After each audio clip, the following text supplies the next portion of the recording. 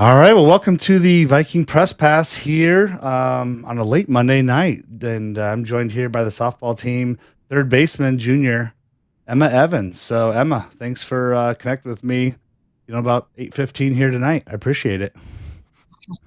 Yeah, thanks for having me, Matt. Absolutely.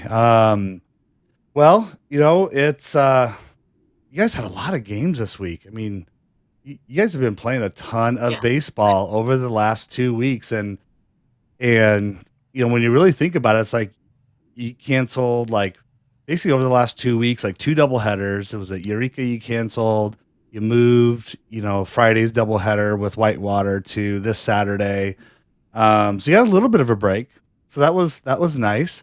But the team's off to a great start. I mean, 13-3. You went 4-2 over the past week, but you really jumped into some really you know, tough conference play this week. I mean, why not just start off with Carthage and Millikin and they're super talented.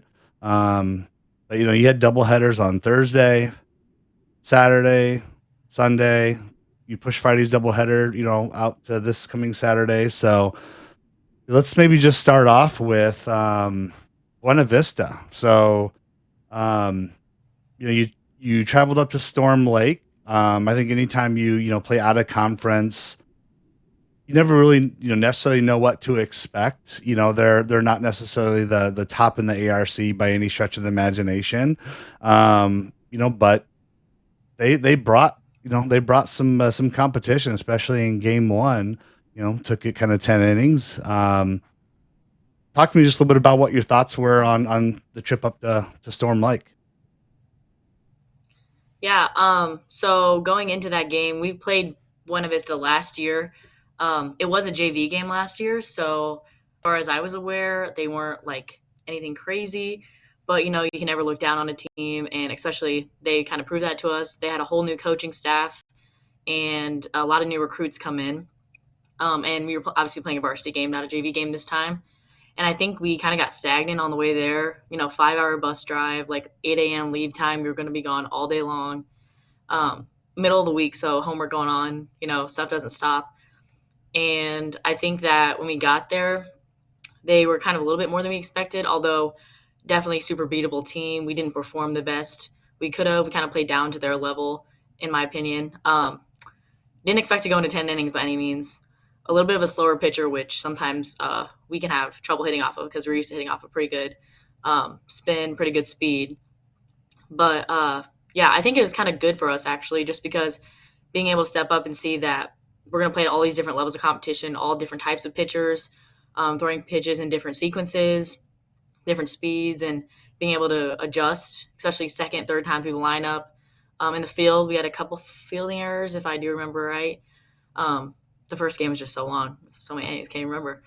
But yeah, and also just being so far away, making it a 10 inning game was gonna stretch out our night a little bit. So Well, you come back and won, game two, 4-1, and it's nice to bounce back, on some of those, and again, it's just tough. Anytime you go to non-conference, um, you always feel like you're gonna get, you know, especially the way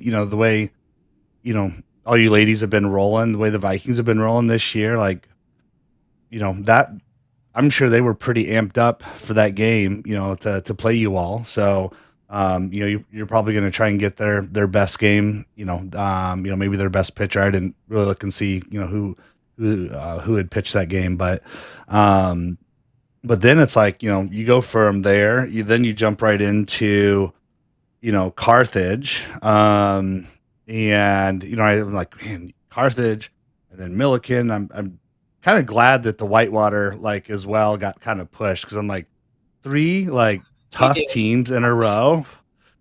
Um, it's like a big win in game one. Obviously went the other way in game two. Um, you know, you had to change venues. You had to play at the Green Valley Sports Complex there in Moline. But how was that field? I hadn't been over there before. Um, overall, how was that field just to play on?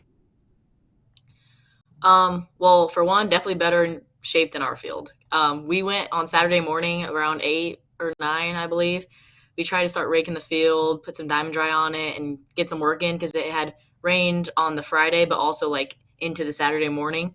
Um, and go, it just did not look good. We planned to go back at 10:30 or 11:30. We already had pushed the games. Carthage was on their way, so there really was no canceling. We were gonna have to figure something out. Um, I mean, they're just so far away. I would do the same thing if I was them. But yeah, Green Valley, actually, I played there during my travel ball days way back when. Is that Havoc? So I played in the Havoc tournament, but I played for a Yep. team out of Farmington and a team out of Peoria. Okay.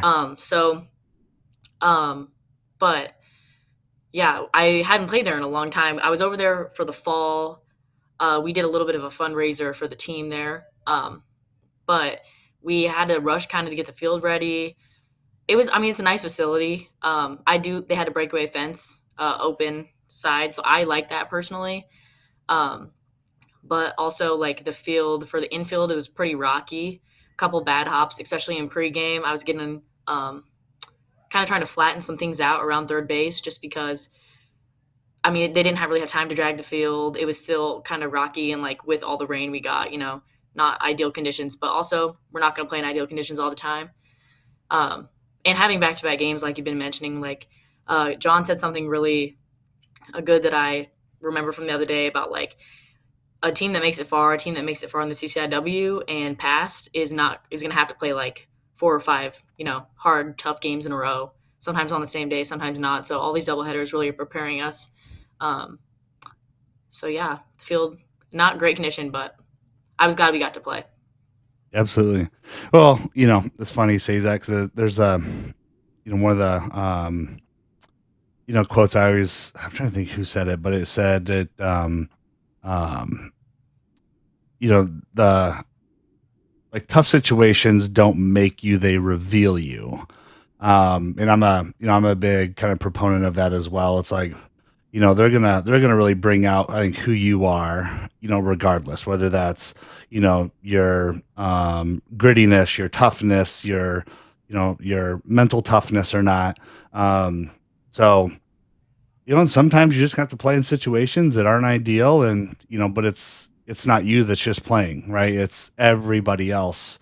The other team is playing in those same exact, conditions. So, so it's even regardless. But now is, for the softball field, for your softball field, is it just not getting enough like drainage? Because I know we've got that hill kind of coming off, like, was it seventh and a half, wherever that is, right there behind it. Is it just kind of funneling all that water down to it then? I mean, what's kind of the issue there? Yeah, well, for one, we have a broken sprinkler system, so that does not help because behind second base, it gets really soggy even when it's not raining like it was. Um, and we actually just got the field dug out last week or the week before, whenever we were on spring break. Um, so which was good. The field was rolled, like it was a lot flatter, and we had just the practice before that. John was getting the field ready, and we were helping him. But just with the rain on top, like the drainage is just not very good still. Also, it was just like the clay. We didn't have as much topsoil as we usually do because it had just got dug out and it was clay, and we just barely Mm. put anything on the top for the last practice. So I don't know. I was optimistic that morning that we would be able to get it ready, but especially the second time we went back to the field, it was just muddy. Like it would have been a mess. It would have been really hard to play in those conditions for either team. Y- Yeah, absolutely. I mean, that's why we got to get. I mean, I don't know. What are your thoughts? I mean, have you played on a fully synthetic like field before? I mean, what are your thoughts Yeah, on I them? mean, Millikin has a turf field itself, and I personally love playing on turf way more than dirt. And it probably won't see it in my years, considering I'm a junior. But I hope that in the next like 5 to 10 years, I know John's really pushing for a turf field, even just like a turf infield, maybe like still grass outfield, just something. I know there's been some kind of talk with the athletic department about changing some things over on that side of the campus. I'm not really Mhm. sure what all I'm. allowed to say I or think not. it's kind of part But of that like 15-year plan, that's like they're talking about. So, I mean, I agree. It's, you yes, know, that's, the baseball team, they deal with the same thing. It's like, if they had, I mean, because you're in the Midwest, it's not like you're in Florida, you're in Arizona, where it's like the weather's going to be a lot nicer. It's like we play in the Midwest. We play when it could it's 78 degrees on opening day, and then it's going to be snowing 2 days later.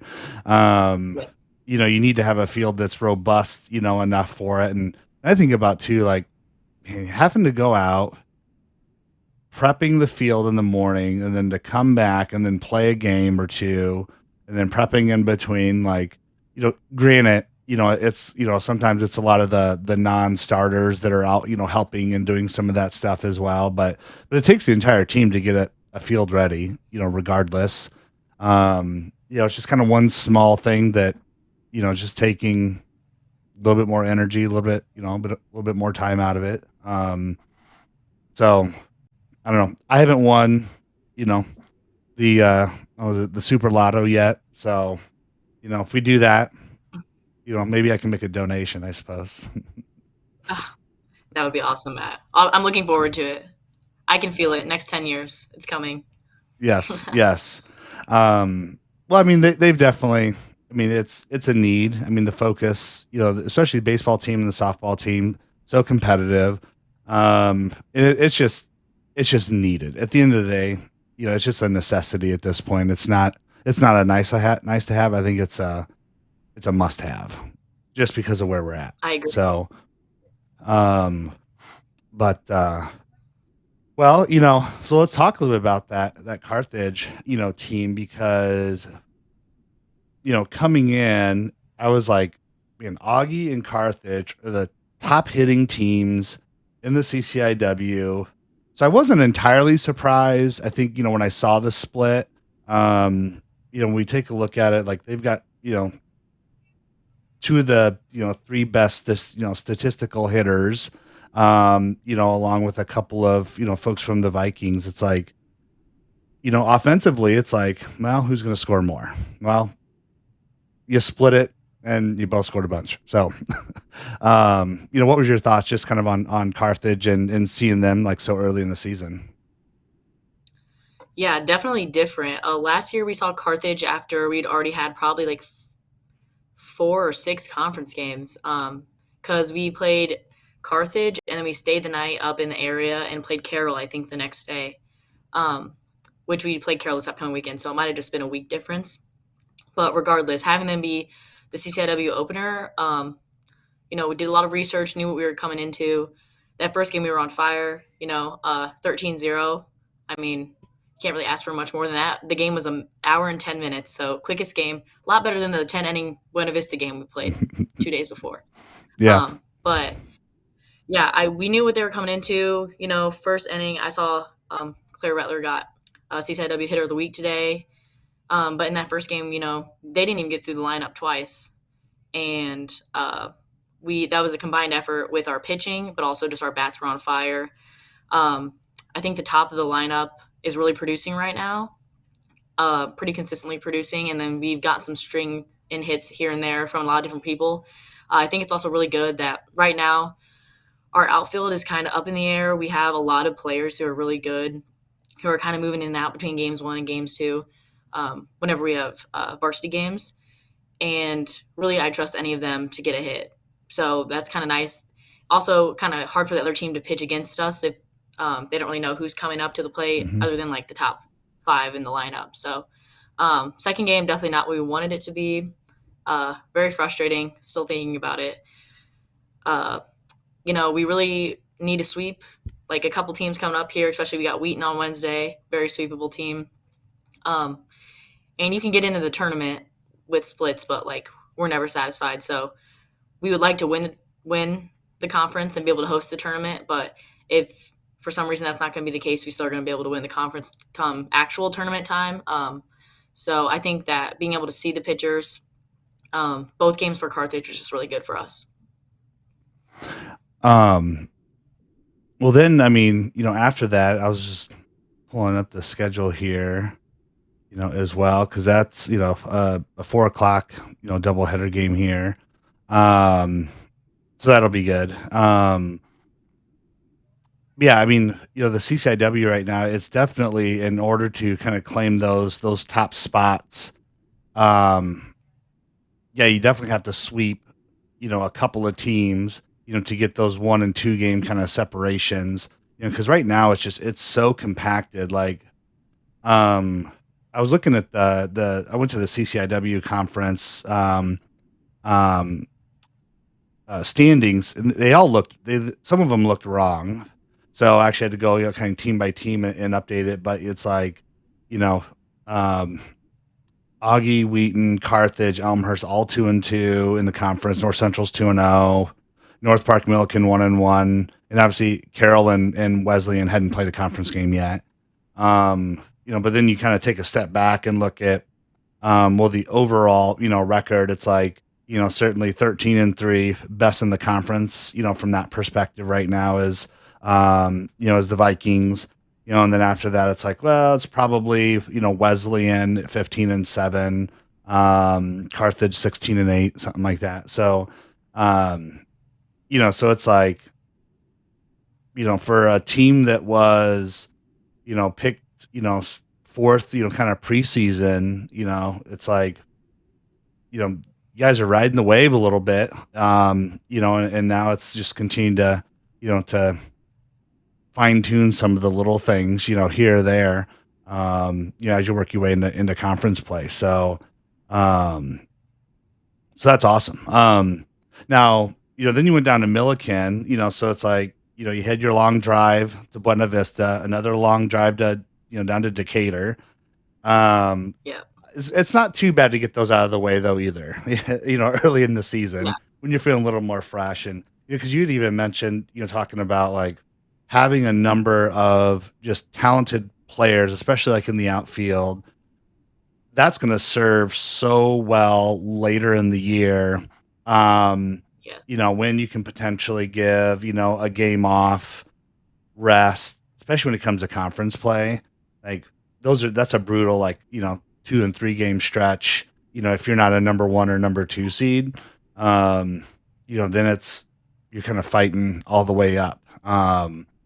But So you went down to Millikin. You split those games, as well. And again, I think that was kind of another, matchup. Probably not quite surprised, to see that. Um, lost game 1, but I think, then coming back game 2, 5-0. Um, you know, talk to me a little bit about those games, because I think there's 2 things. I think one, didn't allow a single earned run between those 2 games. So you think about like Lauren pitching and Michaela pitching, game 2, you know, 6 2/3 in game 1, and all 7 in game 2. Like, that's phenomenal. Um, and then, I was looking at like, Anna Enlow from Millikin.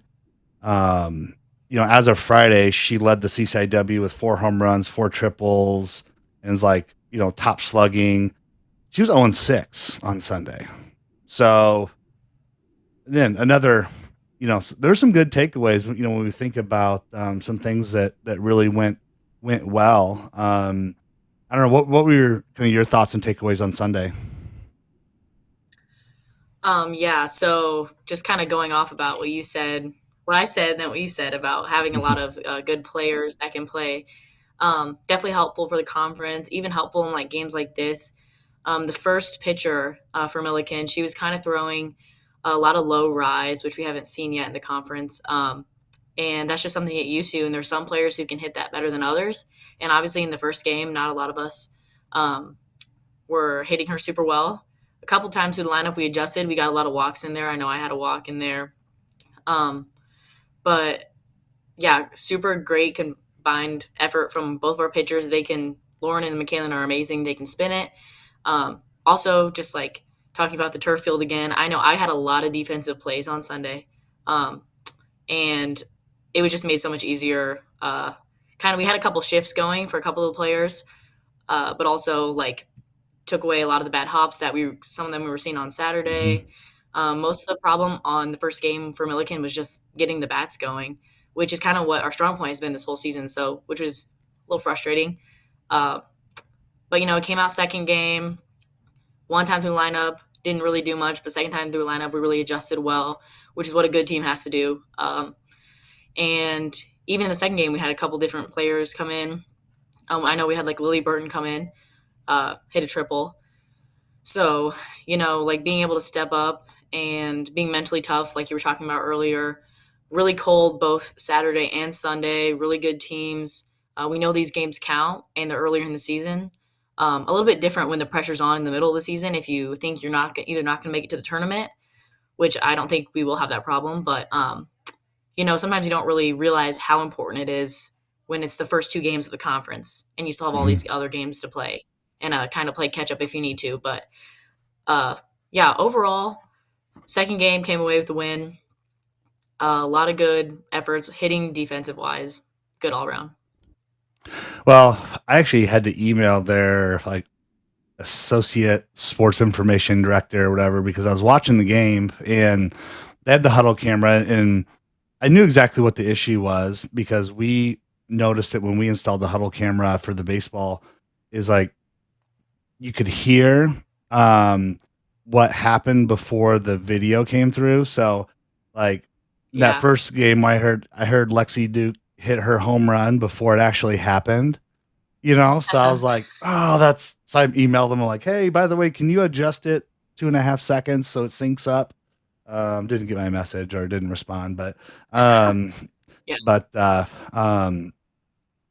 no, definitely, the announcer was pretty good down there. Their field looked really nice. Yeah, I think it was just kind of getting the bats going a little bit early on. I was just looking at the box score. It's like leaving five on base. And Yeah. it's always a little tough. But it actually, I think all five were Emma. So, ironically, um, but um, but no, I mean it's good. Those are the ones you want to try and get rid of early on, and splitting those early on is not a certainly not a bad thing either. So because I think what would be as interesting. It's like you're playing Whitewater on Saturday and North Central. I think they just beat them 2 games, or did they split with them? I think they maybe just split with them. Here recently. So again, good strength of schedule. I've been looking at like the Massey ratings because it's the only like unofficial rating. Um, and once we start getting them in, once we get Illinois Wesleyan, and once we get North Central in, then that'll certainly help the strength of schedule and kind of prop you up because I think the team's been hovering 29 to like 35, which is a nice kind of spot to certainly be in. So um yeah, just man, you guys have been so much fun to watch. This year, which has been awesome. I mean, how's it been? I mean, thinking about this year, the success you guys have had so far early on. I mean, how are you just generally feeling about just your junior year? Yeah. Well, softball wise, I'm excited. My freshman year, I had an ACL injury, so I had to miss my entire season, and that was really disappointing. Also, just like coming in, we had a couple different coaching switches, so just a lot of things happening that year. Didn't really get what we wanted out of the season. I remember being even excited to punch the ticket to make it to the tournament, and now, like, I think that the standard we hold ourselves to such a higher standard. Even last year, I was still getting back into it, so definitely not in my prime last year. I was able to get in a little bit, but we had Claudia playing third base. Super great job. She was amazing. And so this year's kind of like my first year back in a sense. Haven't been able to face a lot of. I missed my whole freshman year. Last year I faced like I don't know, maybe like 20, 25 batters or pitchers. Sorry. Um, but I think that coming into my junior year in the fall, I got super excited. I just really like how competitive this team is. That's a quality like that I have, and I really appreciate when other people on my team do the same. Competitiveness and accountability, like together, are just like what's pushing our team. We're really disciplined. We had a lot of scrimmages in the fall, just showcasing our talent, being able to show John what we can do. Um, and obviously, I had my ups and downs. There was time where I was slumping. Even the beginning of this season, I was slumping a little bit, but definitely have gotten back into it now. Um, and coming into the spring season, I was super excited. I just know last spring season, I got really close with all my teammates, even closer than freshman year. Um, and so I just knew like it was gonna be something special. We have some really special seniors on the team that I'm gonna miss a lot when they leave. I try not to think about it. But then also, just like I'm really close to the juniors and sophomores. We have so many amazing freshmen. I love how close we are. I know a couple other girls in their podcast talked about that too. But truly, we are. I mean, we spend so much time together. We do a lot of the same things, a lot of the same extracurricular activities also. So I'm just super excited for the season. I know there's a lot of good things to come, but we're not just looking to punch our ticket. We're looking to like make a stand in the tournament, not just get third again. Um, and yeah, make it to that Saturday, May 10th. Looking forward to it. Absolutely, absolutely. So you tore your ACL. Did you? Was it a full tear then, or just a partial? Yeah, full. Um, how? So did you go with a cadaver, or did you do like your hamstring, I actually did the patellar tendon one. patellar tendon? Yeah, yep. How's that? So How's 9 month that in terms of like recovery. 9 month? How's that been? Just Yeah. like generally kind of getting back. Um, I mean, how was that process? So when I tore mine, I did a hamstring, did my hamstring. So I'm always kind of curious when you know hamstring, patellar tendon, do a cadaver. Like there's a couple different ways to do it. I mean, yeah, kind of walk me through like that, that whole like recovery, that process. Talk to me a little bit about that. Yeah. Well, to start, just my injury actually happened. We were through the fall season my freshman year. I was playing shortstop at the time, and I was catching Lauren Coster because I came in as a catcher. So we were kind of a duo. But after my surgery, I was told I wasn't able to catch anymore. So that was really upsetting because that's what I've done my whole life. But luckily, in high school, I did play a little bit of third, a little bit short. So I was able to put myself in other positions, help out the team. But we only had 2 days left in the fall season, and it was in a practice. I was rounding third, and at the time, our coach was Lori Duncan, and she told me to slide. When originally she was telling me to go home, but then she told me to slide at the last minute, and just the kind of the movement of direction. I knew something was wrong, but I didn't really know exactly what. Went in to get an MRI, and the results just took a super long time to come in. My injury was mid October, and I didn't find out that I tore my ACL until the day before Thanksgiving when I went home.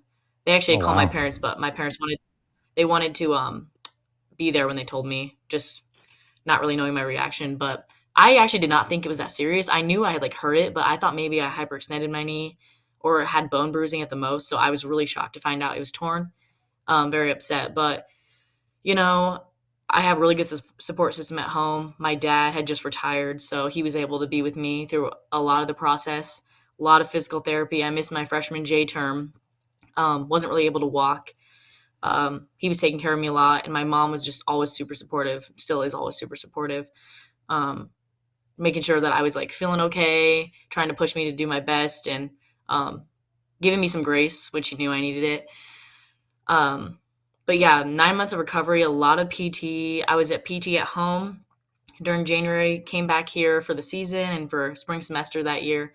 Did PT in Moline at advanced rehab, and I loved it there. Loved the PTs there. They actually helped me figure out what I wanted to study, so that was awesome. So Because I was undecided coming in. there you go. So I mean, Yeah, you got something great out of it, right? Like things happen for a something good. reason. So Yeah, that's and great. then softball wise, even John, like me from last year to this year was just night and day. My mobility was just nowhere near what it was. The athleticism I had before from playing a lot of different sports and just being constantly active, it was hard. I mean, physical therapy helped to rejuvenate some of that, but not to the level I was at before. But this year I feel like I've kind of just exploded. I've gotten really powerful in the weight room, kind of like taking Um, I lost a little bit of my speed that I had before, although I'm not like slow now, but kind of taking a little bit different role other than like a leadoff hitter, more of like a 4 or 5 hitter now. Um, but it's been a lot of work, a lot of support from my friends, my roommates, my family, and John. So what was the hardest part going from, kind of primary catcher to move into like third base? Like what was the hardest thing for you to transition? Um, Honestly, I think it was not being involved in every single play. I don't know if that sounds bad, but um, even just growing up through my high school and through travel ball days, I learned a lot of the game from being just like right up close and personal. And I think that learning how to call a game is super beneficial. Elena Diaz does a great job calling our games. Um, and it's a lot different at the collegiate level. I never really got to catch in a real collegiate game.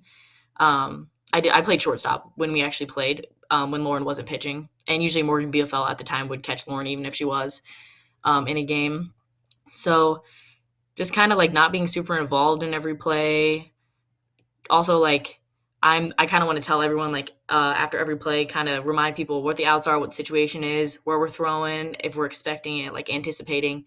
So I think for me that's been like the hardest part, but also just the competitiveness coming from catching, talking to the umpires, yeah, being involved. Yeah, absolutely. Um, um, well, tell me a little bit about, so you grew up in Farmington, Illinois. Like, how did you get to Augie? Like, what was that path? Yeah. Well, my high school coach Jenny Fauser, she actually played at Augie. And it was I can't remember which year she ended up graduating, but they were very good when she was here. Um, it was before we had Kistler, and so she like I didn't really know. I was actually between softball and golf. I didn't know which I wanted to play. I was maybe going to play golf at a JUCO, but I decided that a 4 year was going to be better for me. Still was undecided, but I knew like when I went to college, I wanted to be set in my place. Didn't really want to have to leave or get comfortable for 2 years and leave. Um, the first place I actually looked at that I really liked was Olivet Nazarene University. Mhm. Um, but like I visited there and it wasn't like a perfect fit. I wanted to make sure, so I visited a couple other places, and then Augustana, I loved how modern it was. Still kind of like has a big campus feel, but super close to home, only an hour and like 15 minutes. So, although I haven't been home in like a super long time, I've been so busy. But yeah, super close to home. My coach played here. She like really encouraged Augie. She loved her experience here, and I love my experience here. Um, and yeah, just being able to continue to play softball. I feel like out of all the sports I played, I poured the most time into softball. My parents have poured the most money into softball. They've watched me play for years and years and years since I was 4 years old playing t-ball. So I kind of feel like in a way I owed it to them, owed it to myself, knowing like this was gonna be the next step. When I was a kid, I'm a big Tennessee softball fan. When I was in So, junior high, I well, would then like, you probably were a yeah, go pretty ahead, big fan of what's her was that their pitcher. I mean, she's Carlin. you know Carly. Yeah, I mean, she was just cranking heaters. Against was it Arkansas or whatever a week ago, last Monday. So Yeah, yeah. Anyway, sorry, I didn't mean to cut you off, but you said that no, I was that's like, okay. God, she was cranking heaters. Like, She was. We actually on the way back from spring break on the Sunday, we watched the game on the bus. We watched the Tennessee Oklahoma game because it was the third game of the series, and I hate Oklahoma, so and I love Tennessee, so I was like, they ended up winning the series. It was the best day ever, obviously. Um, so I don't even remember the question before now, but hey, I love Tennessee softball, so love to talk about it. no, I love it.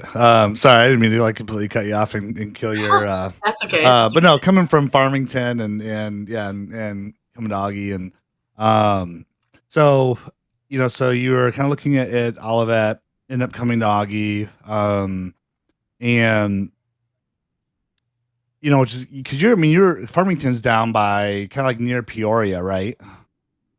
Yeah. Um, so did you know much about Augie then? kind of prior to, your coach or? Yeah, well, I did actually have some of my family friends, kids, went there.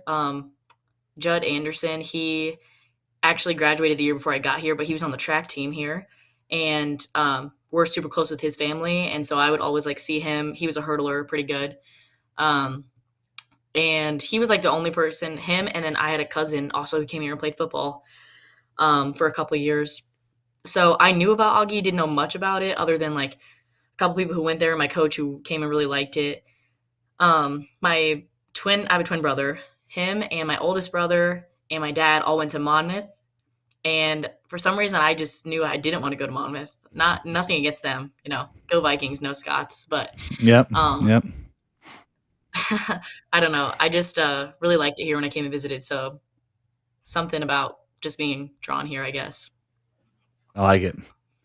Um, well, I mean, so let's talk a little bit about your kinesiology, kind of pre-physical therapy. It has, and communication. So like, on your bio there. So I mean, we kind of figured out what drove you towards it, right? I mean, it's, your knee injury, is what kind of got you interested in it. Like, were you in some type of like science or bio like thought process? You just weren't quite sure what you wanted to do with it, and that just kind of solidified it. Like, how did you come to kinesiology specifically? Yeah, so when I visited for freshman orientation the summer before I came to Augie, they have you sign up for your classes, but really, no one really knows what they're doing at all. Mhm. So, like, I think kind of your first semester freshman year, it's not like a throwaway, but it's kind of like just kind of getting your place. That's why they have classes like first year inquiry and everything. But I actually was in kinesiology 100, which I was lucky enough to get into early. A lot of people, even people who know they were going to be kinesiology major at the time, I did not, have trouble getting into that class, sometimes even as late as their fall of their sophomore year. And you have to have that class to have the rest of the major. Um, yeah, I had that class and I really enjoyed it. I was on the biology track in high school, took advanced genetics and anatomy and all that good stuff. But I didn't really want, even though my love for Grey's Anatomy we were talking about earlier today, I didn't really want to go into the med field, and that kinesiology class and tearing my ACL honestly like pushed me towards that. Like the PTs I had were just amazing. I always knew like I'm extroverted, and so communications is as my second major was something that I kind of knew was just going to be like always there. I didn't know if maybe human resources was going to be something in my future, and that's kind of just like where I started because I had no idea. So just got to jump head first. Um, so when I tore my ACL, I actually was able to ask my physical therapist a lot of different questions. The one I had at home, he was a dad of a girl I played on a softball team against. And so he was really open about answering my questions. And I had a girl here at Advanced Rehab. Her name was Sarah. And she was super open about answering my questions. There was a lot of things I was concerned about just in terms of my future. Like she would let me ask her, how much money are you making? Are you able to have a family, like doing this career? The questions that are hard that people might not be honest about. Um, and on top of that, she helped me a lot being able to like have the gift of reading someone, knowing when they need to be pushed and when they need to be given grace was just something I really admired about her and I wanted for myself and for my future patients. And so I just kind of fell in love with the kinesiology, anatomy. It seemed like the right path for me. Um, and I started researching it, watching videos. Um, I don't know, just really liked it. That was kind of where it stemmed from. I like it. It's funny. You talk about tearing your ACL kind of helped you drive towards that. And I remember when I tore my ACL, I was in Colorado. Um, I started, I taught myself how to, I'd never really done much with like Excel and spreadsheets, and started learning how to do pivot tables. And now I'm like developing Power BI models, and I do a ton with analytics, and I do stuff with, um, you know, the baseball, spotter charts and stuff like that. It's like, had I not done that and, had basically, a ton of time where I'm just hanging out in my bed with that machine just kind of moving, moving your leg Yeah. and just getting bored out of my mind. I'm like, I don't know if I would have ever maybe, explored that or, or picked up that skill. I'm like, what else am I doing? I'm just laying here. So I got to find something else to do. So it's kind of interesting, the little kind of bumps in the road, sometimes steer you the right direction. So, Yeah. um, now, you've talked about, your parents and on that, that, I'll call them the player like social media cards that, the softball team does. But, you talk about your parents, being your role model. And then I think it was on your sophomore one. Was it Nona? Yep. Am I My saying that right? Nona. Nona? Yep. Yeah. So Yes. talk to me a little bit about them. Yeah. So you probably know, but for like anyone, Nona is Italian for grandmother. It's my dad's mom, and she is 83 years old, and I love her. She's amazing. She lives just a couple blocks away from me at home, so I see her almost every day when I'm home, especially in the summer. Our thing is that we watch the Wheel of Fortune on the weekdays at 6:30 after dinner when I get home. This is like the most Farmington thing I've ever said, but basically, yeah, I'm super close with my parents and my Nona. They're absolutely my support system. They're like everything to me. Um, and I would not be where I am without any of them. My dad, he's super honorable guy. Like I mentioned, he's retired for a couple years now. He's a firefighter. My mom's a teacher. My mom's had such an impact on so many students, especially like me and my twin brother are the youngest of my family. And so coming from a small school, like she knew every single kid in my class. She had us in eighth grade. She's actually the only teacher that almost ever gave me detention. I probably deserved it. But yeah, she's amazing. She's about to retire here in a couple years too. So her and my dad will get all the golfing in. But yeah, they're amazing. I hope that someday my family can be just like them. I like it. Yeah, and I was looking at where Farmington was at, and I was like, man, I did a few games. I did a couple years ago. I was following United Township's basketball team here, and was doing a lot of their games. And they played down at like Pekin, and they played down at Dunlap. I'm like, oh, that's not too far from Farmington. Driving all these like obscure back roads to get to Dunlap. Um, you know, so um, um, well, nice. Now the other thing, is I was looking through some of that stuff. Last year, the word you had chosen that described you was genuine. So why'd you choose that word? That is a very good question.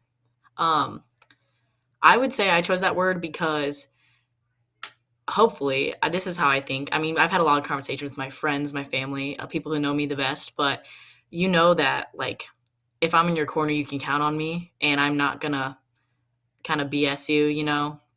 Um, I'm gonna let you know how it is, but also like I understand like we're all just like first time going through this life. Me, my siblings, my parents, my friends, my all my support system at home. Um, I don't know. I just feel like also on the softball team, like I have a lot of close connections with a lot of girls on the team. There are some girls I do wish I was closer to, but I try my best, reach out to like people when I can and when I see them putting in the extra work and putting in the extra effort because I know it takes a whole team. I know it takes every single role, especially like freshman year. I had a different role being injured. Last year I was second to Claudia. I had a very different role. Now I'm a starter. Like, I've been through all of it, I think, and so I just think that genuine is a super good word to describe me. My coaches, I think, would describe me in that way. At least I hope they would. Um, John knows he can count on me. He knows that, like, if he had a question about the team or I don't know, just about something that was going on, that I would like tell him straight up and be honest with him. So that's why I chose that word. Well, I was just looking at a message John had mentioned me, and he Oh, he definitely had a I won't say it on here. I'll tell you afterwards. But it was very good props. oh, okay, I'll tell you what it was afterwards. Maybe not, So anyway, I'll tell you afterwards, after we jump off here. okay. Um, but no, that's awesome.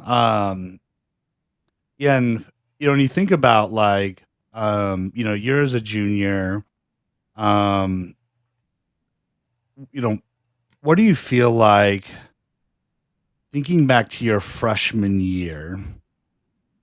What what advice would you go and give your freshman self, knowing where you're at in your junior year? Because I'm sure as your next year, once you've graduated, um, that'll probably change a little bit. But what would you recommend your kind of freshman self, or what word of advice would you give yourself, a couple years ago? Um, in like a softball way, in like a life way, both. What do you All think? all all the above, Whatever. anything. Yeah. Okay. Um, Freshman year me, like there were so many unknowns in my life, and even when I think I had it figured out, I didn't. So I think just kind of like being able to give myself some grace. I came in, I was working super hard softball wise. I knew that was like one of the only things I was for sure about coming in here. Like we had Lori, we would have like 3 hour practices. I would be there an hour early. I would be doing everything I could. Like I didn't care if I was gonna be a pinch runner. I was gonna have a spot on that team. So like super dedicated. And I think that I would just tell myself like try not to stress too much. I know that's probably a basic answer. I bet everyone would tell themselves that. But, the Lord has a plan for us, so and I know that, but obviously it can be easy to lose track and sight. So kinda relax, find your place, find your people, be open to new things, and I don't know, really wouldn't change much. Um, well, let's talk about your glove. Do you have it with you by chance? I do, yeah. Yeah. So why don't you share and kind of talk a little bit about it? Yeah, so this is my glove from this year. I did get a glove last year also. It's actually in my bag in the locker room, so but it's okay because, this one's better anyway. Um, we have as everyone else has also, the Viking logo and then my name here. I actually had to get the first time they spelled my name wrong and they put an N at the end of my first name. So they had to send me a new glove. But they Oh, caught it right away. Yeah. So that kind of stinks, but that's all right. I have a cross here in the middle of my glove, the red, white, and blue kind of. I wanted like an American themed glove. Last year I did a really like navy and gold Viking themed one. hmm. So I just want to do something a little bit different. Really love the blonde leather, but also have my Yeah. American flag. Got it. Um, Here on the side, I have Romans 8:18, which is like one of my favorite Bible verses, and it says that I consider our present sufferings are not worth the joy that will come compared to the joy that will come. So that's like super encouraging for me, softball wise and life wise, just to know I've been through so much, even in high school. But like I've gotten through every single day of that. So who's to say I can't do it again?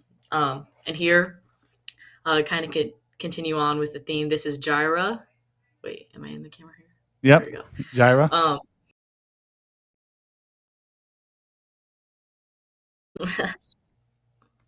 can you hear me? Yep. There you go. You cut out for that Okay. for a second there, right after Gyra. Yeah. So Gyra means God will provide. And that's one of my favorite worship songs. And so I just try to like kind of bring the Lord into my softball game.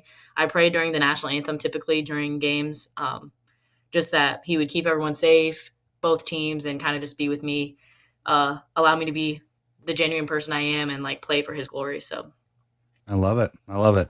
I think it's so cool. One, the fact that there's things that you have to do right to be able to earn that glove, but then secondly being able to choose it, um and really the glove will, I mean, it's going to change year after year, right? But it's some different personal preferences, but you really get to kind of customize it.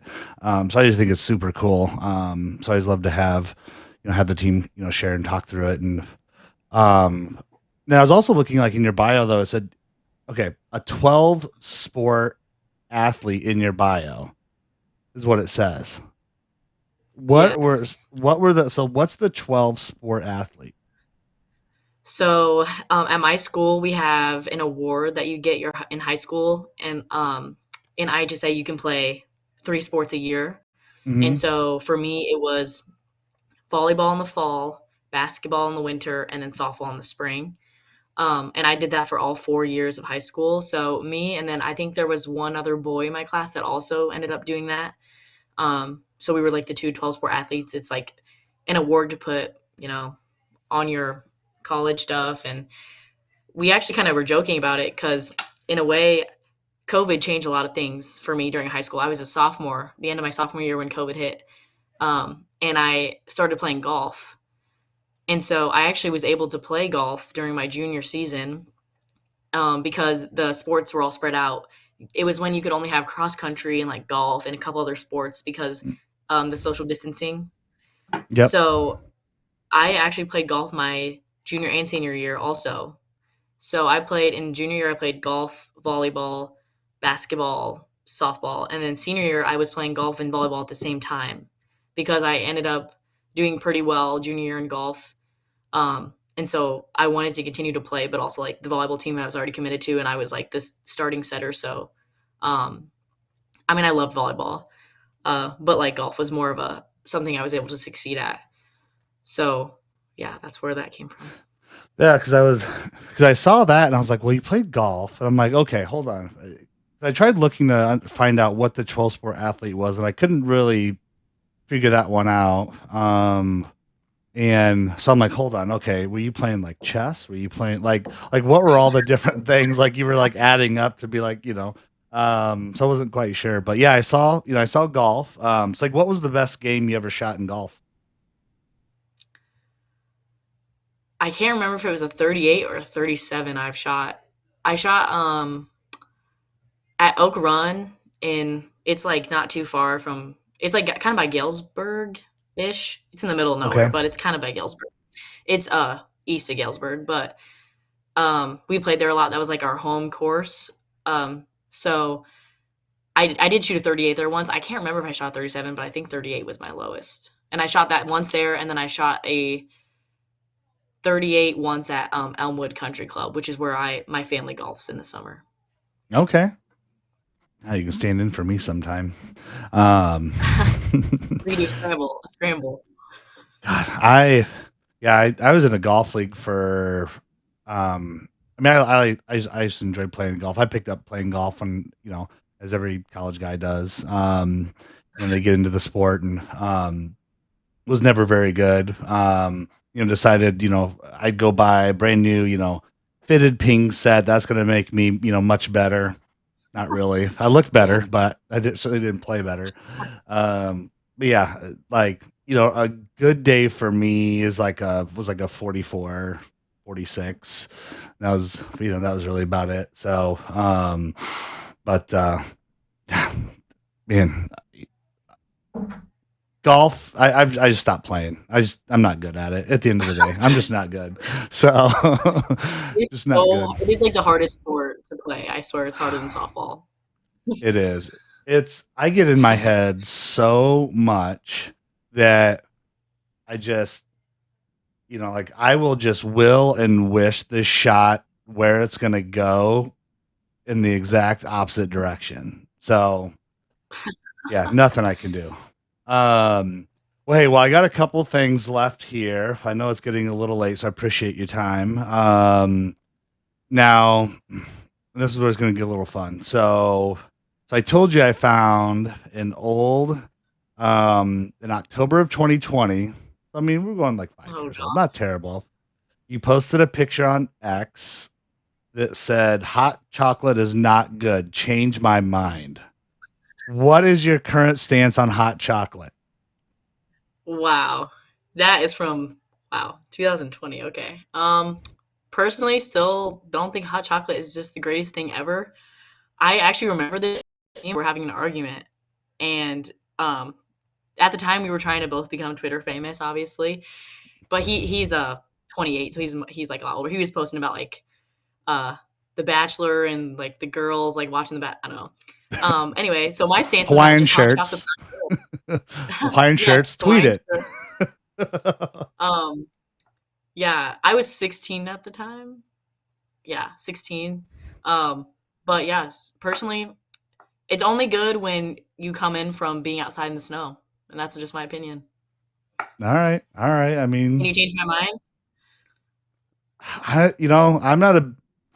I don't drink a lot of hot chocolate, so That's what I'm I can't saying. argue with you. I can't argue with you. I'm sorry, I can't argue with you.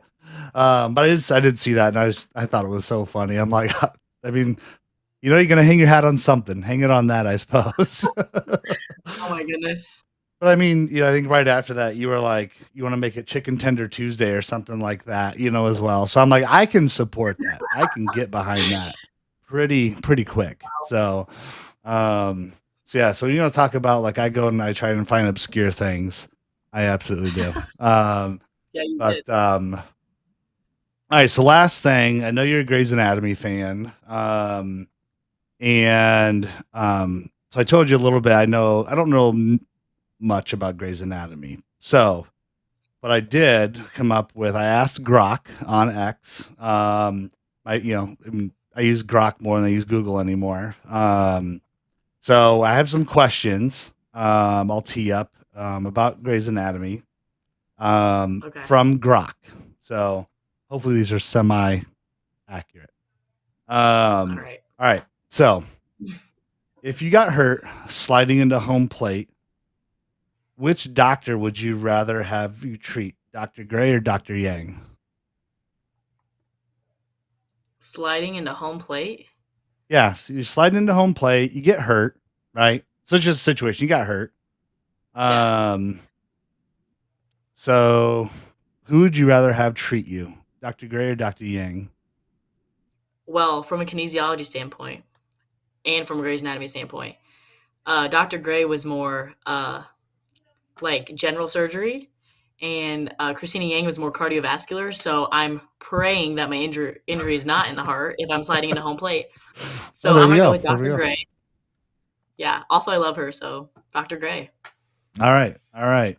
Um, well, there we go. See, that's how little I knew. I mean, cardiovascular doctor, no clue, no clue.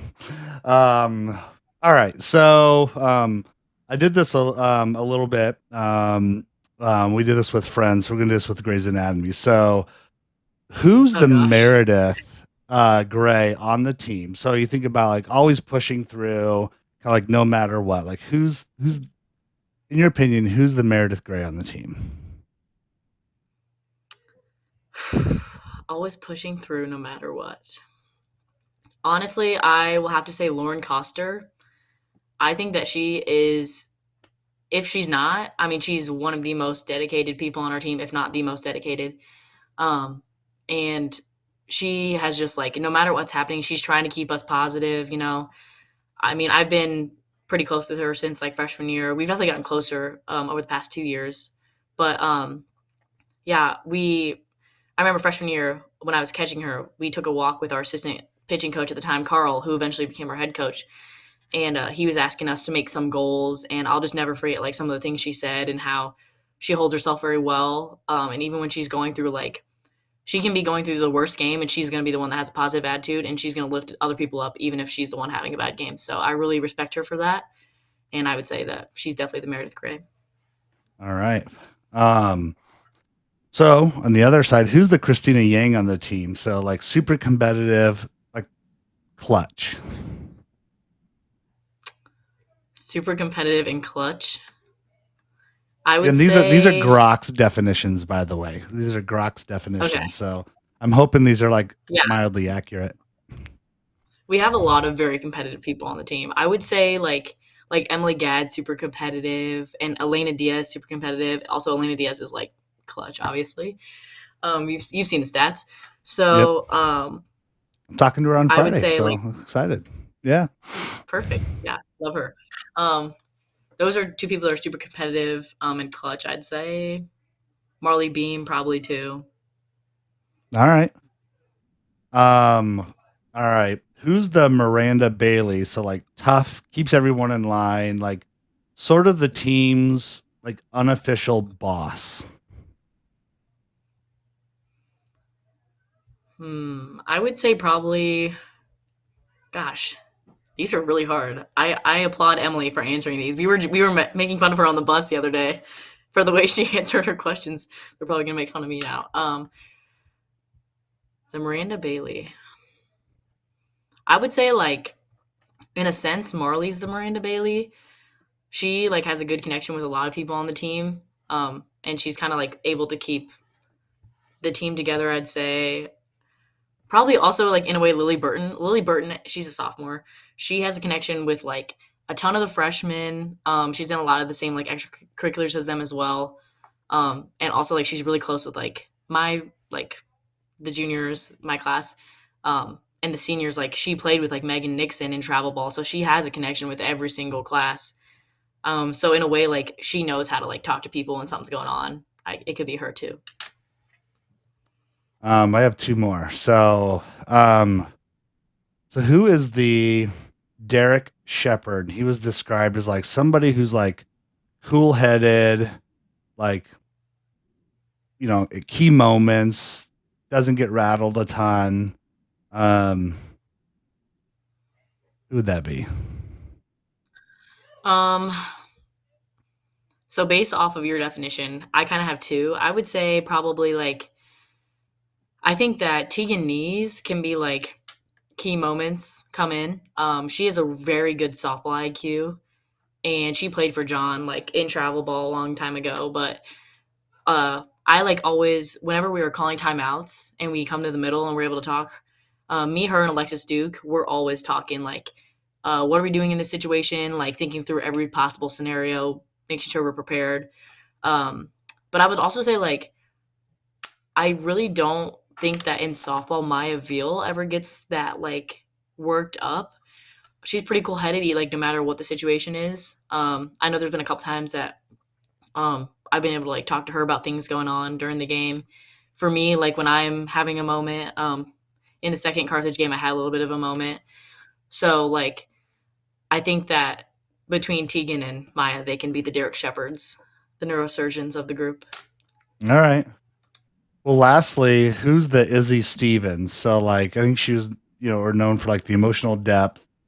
Someone, thinking about someone who's like just, you know, brings the heart, hustle every play, will lay it all on the line, at any given moment. Who's an Izzy Stevens? Yeah, I think that we have so many Izzy Stevens. That's the best thing about our team. So many laid out on the line people. But um, honestly, I think that Megan Nixon is one of the main Izzy Stevens. Megan Nixon works harder than almost anyone I know in the classroom and outside. She's also like extremely positive. Her and Lauren Coster are like really good friends, and they kind of have like similar personalities, and I love that about them. Um, she's just like key player. Like our team would not be the same without her, and I'm not looking forward to her leaving. Um, no matter what, like she will take her role. If she starts a game, she is taking like making sure that she's going to do her job. And if she's not starting, she's picking up someone else who is. And she has just been like it's amazing to watch her, honestly, like inspiring. Um, it's hard, to play all these different roles. Like we kind of talked about the roles I played over the years. But especially like within a season, like game to game, I think that she just works so hard. So Megan Nixon. I love it. Well, an hour and 4 minutes exactly. You might be the longest. I think Oh you just gosh, I'm overtook Alex sorry. Simon. So no, that's good. That's good. No, it was awesome. I think that's a great spot to kind of wrap things up. And you've got Wheaton, Wednesday doubleheader at home, Whitewater, as well. So certainly good luck, here this week, and obviously, continued good luck this season. I've been trying to hopefully find some time to get over and watch the team play. Sucks sometimes, your schedule and the baseball schedule just kind of line up where I'm over at Bruner Field, so I'm calling the game. But yeah, need to get over, and if not, I'm usually watching online regardless. So when you're away, so Yeah. uh, Well, we appreciate your support. absolutely, absolutely. Well, Hey, I appreciate you coming on. Again, staying up a little bit later here on Monday night to kick off the week. Again, thanks for coming on. Yeah, thank you.